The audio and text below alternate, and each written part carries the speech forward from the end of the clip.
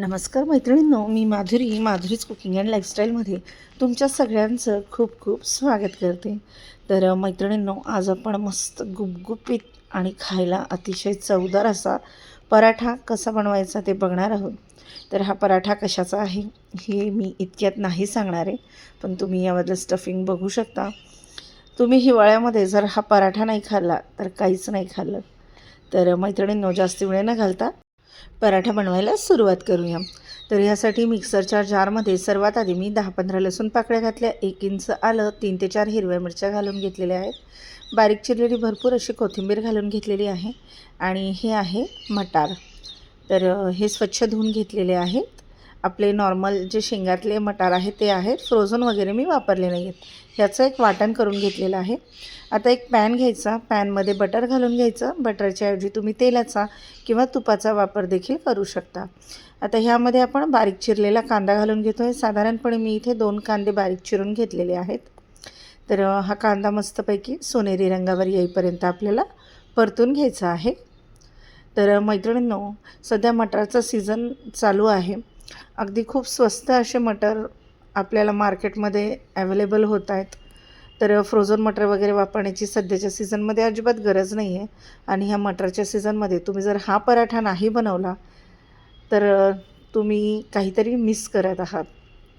तर आता हे जे वाटण आहे ते आपण ह्यामध्ये घालून घेणार आहोत आणि याला एक साधारणपणे 5 ते 7 मिनिटभर आपण परतून घेणार आहोत. तर हा पराठा खायला खूप छान लागतो, खूप हेल्दी आहे आणि बेसिकली मुलं कधी खूप कंटाळा करतात त्याच भाज्या खायला किंवा सारखंच मटरची भाजी खाऊन त्यांना कंटाळा आलेला असतो, बोर झालेलं असतं. तर फॉर अ चेंज आणि एक हेल्दी ऑप्शन म्हणून हा पराठा तुम्ही नक्की बनवून बघा. तर आता हे सगळं जे मिश्रण आहे ना, हे छान असं परतून घ्यायचं याचा कच्चेपणा जाईपर्यंत. आता यामध्ये चवीपुरतं मीठ घालून घ्यायचं आहे आणि बाकी मसाले देखील आपण यामध्ये ॲड करणार आहोत. थोडीशी हळद घातली आहे, त्यानंतर लाल मिरची पावडर घातली आहे. तिखटाचं प्रमाण तुम्ही तुमच्या आवडीप्रमाणे कमी जास्त करू शकता. धन्याची पावडर घातली आहे, किचन किंग मसाला घालून घेतलेला आहे. आता हे सगळं छान असं व्यवस्थित मिक्स करून घ्यायचं आहे. तर तुम्ही जर हा पराठा खाल्ला तर रेग्युलर तुम्ही जो पराठा बनवता तो नक्कीच विसरून जाल.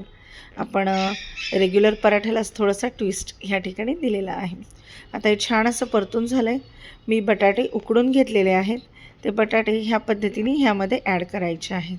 तर साधारणपणे मी 4 ते 5 बटाटे इथे घालून घेतलेले आहेत आणि मॅश वगैरे करण्याची काही गरज नाही आहे. असे हाताने तुम्ही कुस्करून जरी घातले ना तरी देखील चालेल.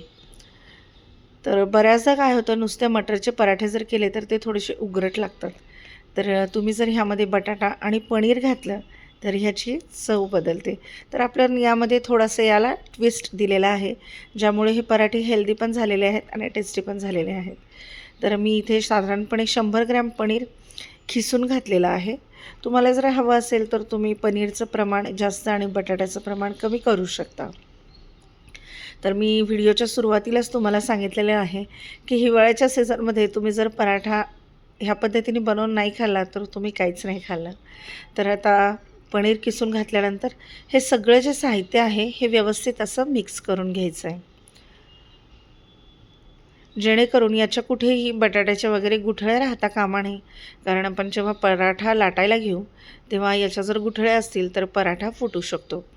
त्यामुळे हे सगळं व्यवस्थित असं एकजीव करून घ्यायचं आहे, छान असं मिक्स करून घ्यायचं आहे. आणि तुम्हाला जर वाटत असेल तर तुम्ही मॅशरच्या सहाय्याने देखील हे व्यवस्थित मिक्स करून घेऊ शकता. तर मैत्रिणींनो, मी हा पराठा पहिल्यांदाच बनवला आणि माझ्या मुलांना हा अगदी खूप जास्त आवडला. तर तुम्ही देखील ही रेसिपी नक्की ट्राय करून बघा. आता ज्या थोड्याफार बटाट्याच्या गुठळ्या मला वाटत आहेत तर ते बटाटा मी इथे फोडून घेतलेला आहे. आता रेग्युलर पराठ्यासाठी थोडंसं मीठ आणि तेल घालून जशी कणिक भिजवतो तशी कणिक इथे मी भिजवून घेतलेली आहे आणि थोडंसं बटर घेतलेलं आहे. आणि आता ह्या पद्धतीने आपण पराठा बनवणार आहोत, ज्यामुळे यातलं स्टफिंग अजिबात बाहेर येणार नाही आणि पराठा अजिबात फुटणार नाही. तर एक छोटी पोळी आता इथे मी लाटून घेतलेली आहे. आता दुसरी पोळी मी इथे लाटून घेते आहे. तुम्ही जर ह्या पद्धतीने पराठा बनवला तर तुमचा पराठा कधीच फुटणार नाही.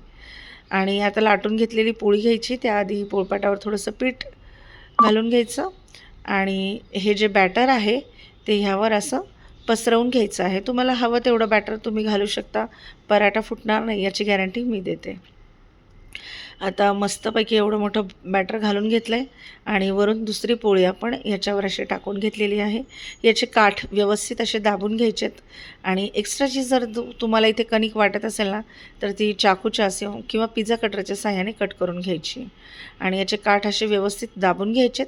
थोडंसं पीठ यावर लावून घ्यायचं आणि पातळसर अगदी सारण कडेपर्यंत पोहोचेपर्यंत हा पराठा आपल्याला लाटून घ्यायचा आहे. तुम्ही जर ह्या पद्धतीने पराठा बनवला तर तुमचं जे सारण आहे ते अगदी कडेपर्यंत पोहोचलं जातं. काठ परत एकदा व्यवस्थित असे प्रेस करून घ्यायचेत आणि हलक्या हाताने हा पराठा लाटून घ्यायचा आहे. तर तुम्ही कुठल्या पद्धतीने पराठा बनवता मला कमेंट करून नक्की सांगा. मला जाणून घ्यायला नक्कीच आवडेल. तर तुम्ही बघू शकता अगदी मस्त गुबगुबीत असा पराठा इथे आपण लाटून घेतो आहे. याचं सारण जे आहे ते अगदी कडेपर्यंत स्प्रेड आऊट झालेलं आहे. तर आता याला मस्त आपण बटर लावून छान कुरकुरीत होईपर्यंत भाजून घेणार आहोत.